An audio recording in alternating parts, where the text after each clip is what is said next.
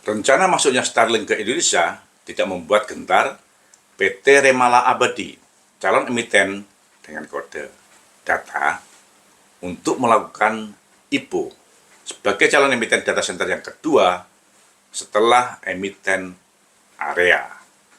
Apakah tujuan IPO karena menantang atau justru untuk exit strategi?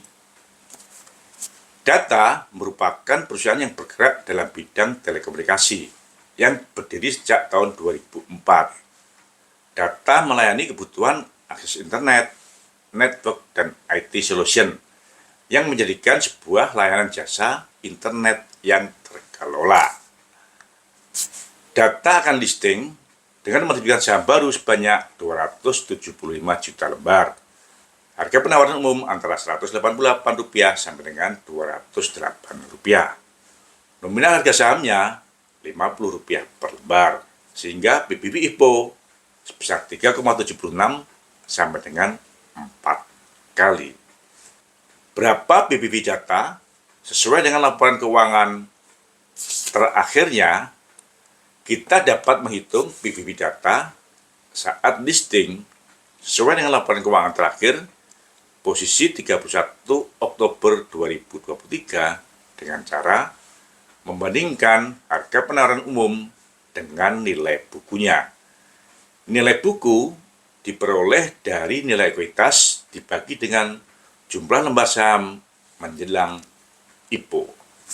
Dengan nilai ekuitas 95 miliar dan jumlah lembar saham menjelang IPO 1.100 juta lembar, maka kita peroleh nilai buku data sebesar Rp86. Dengan harga penawaran umum Rp188 sampai dengan Rp208, maka kita dapatkan BBB data saat listing antara 2,18 sampai dengan 2,42 kali. Dari perkiraan perolehan dana hasil IPO sebesar 52 miliar, sebanyak 39% direncanakan untuk membeli saham dari vendor pemilik jaringan yang saat ini digunakan oleh perseroan, yaitu dari saudara Budi Aditya, pihak terafiliasi pemegang saham pengendali PT Fiber Media Indonesia atau FMI, dan suami dari Vera Wahyudi Singgihwong, pemegang saham pengendali PT Remala Abadi atau Data. 52% untuk pembelian aset, termasuk 4% untuk pembelian 2 ruko dari pihak terafiliasi, yaitu saudara Budi Aditya, pemegang saham pengendali PT Fiber Media Indonesia atau FMI, dan suami dari Vera Wahyudi Singgihwong, pemegang saham pengendali PT Remala Abadi, calon emiten data.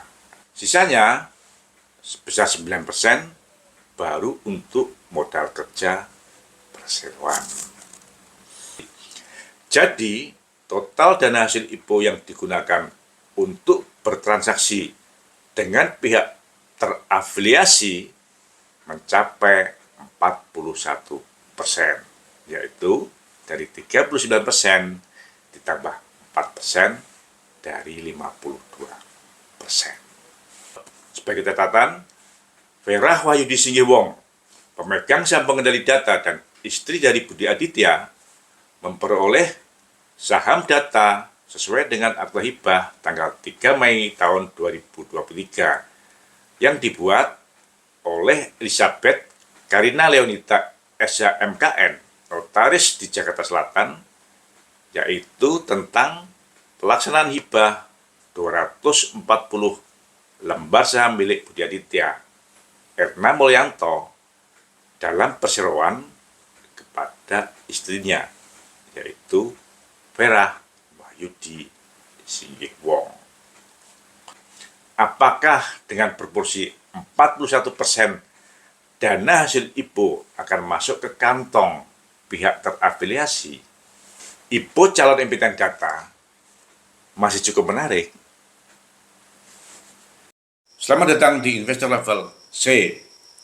Kami coba sharing aspek fundamental dari sisi yang berbeda dan dengan cara yang beda agar teman-teman bisa tetap tidur tenang meskipun banyak badai di bursa. Tonton sampai habis ya. Semangat teman-teman investor level C, investor yang fokus pada karakter pemegang saham pengendali. Ada kabar baik apa hari ini?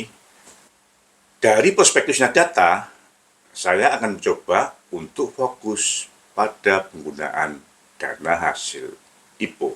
Dan saya dapatkan 4 catatan untuk teman-teman yang akan mengkolek saham data. Yang pertama, dari perkiraan perolehan dana hasil IPO sebesar 52 miliar, sebanyak 39% atau 20 miliar direncanakan untuk membeli saham vendor pemilik jaringan yang saat ini digunakan oleh perseroan, yaitu PT Fiber Media Indonesia atau FMI.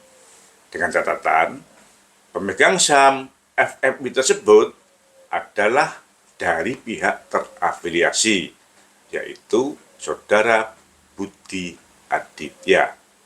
Pemegang saham pengendali PT Fiber Media Indonesia atau FMI dan suami dari Vera Wahyudi Singgihwong, pemegang saham pengendali data. Pertimbangan perseroan sesuai dengan prospektusnya, dengan terrealisasinya rencana transaksi ini, maka perseroan akan menjadi pemegang saham pengendali dari PT Fiber Media Indonesia atau FMI, pemilik jaringan yang selama ini digunakan oleh perseroan melalui PT PPCC. Saat ini, 99% dari jumlah penjualan produk ke para pelanggan menggunakan aset atau jaringan yang dimiliki oleh PT Fiber Media Indonesia atau FMI.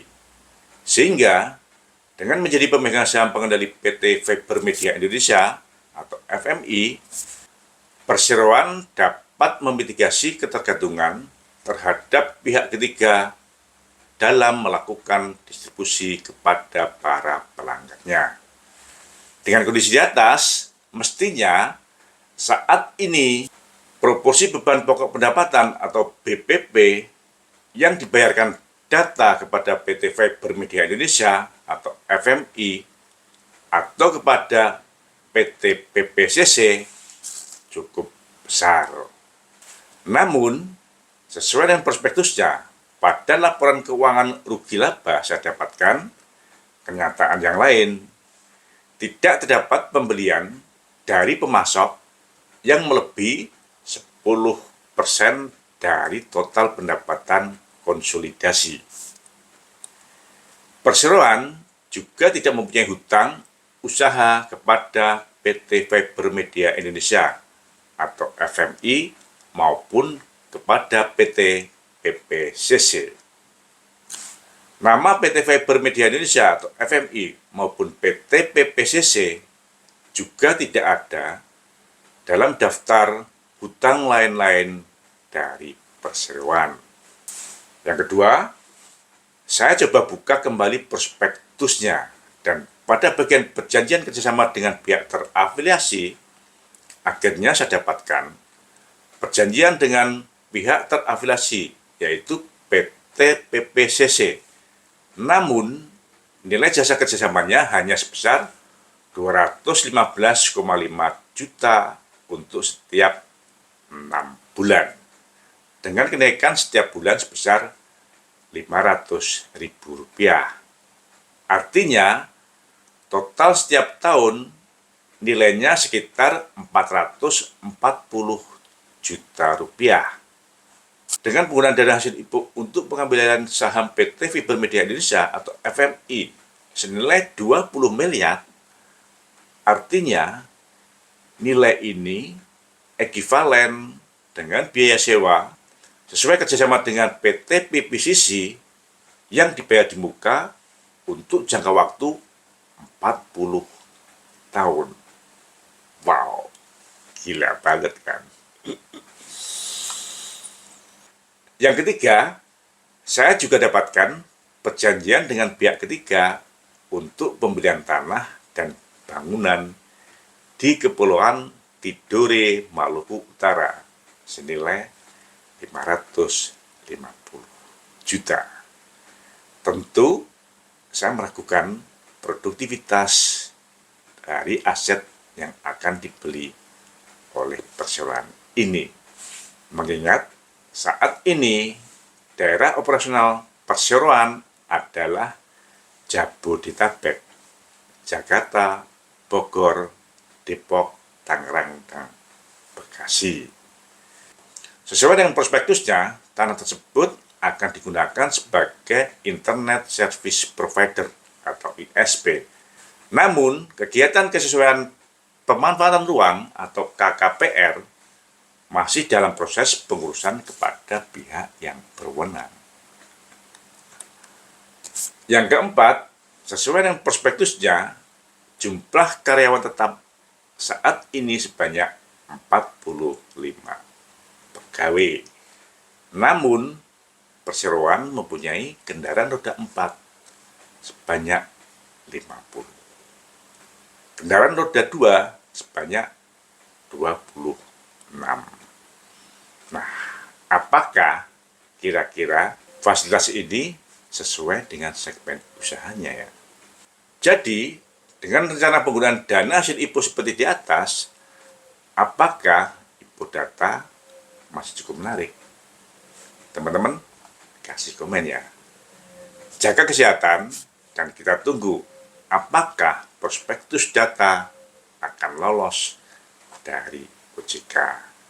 Dan bila Data berhasil listing, mari kita tunggu kinerja harga sahamnya untuk memastikan apakah latar belakang IPO dari Data karena tantangan masuknya Starlink atau justru untuk exit strategi. Semangat sehat. Terima kasih telah menonton. Jangan lupa kasih komen agar channel Investor Level C selalu lebih berkualitas. Dan jangan lupa sharing agar teman-teman lainnya bisa mendapatkan manfaat dari channel Investor Level C. Terima kasih.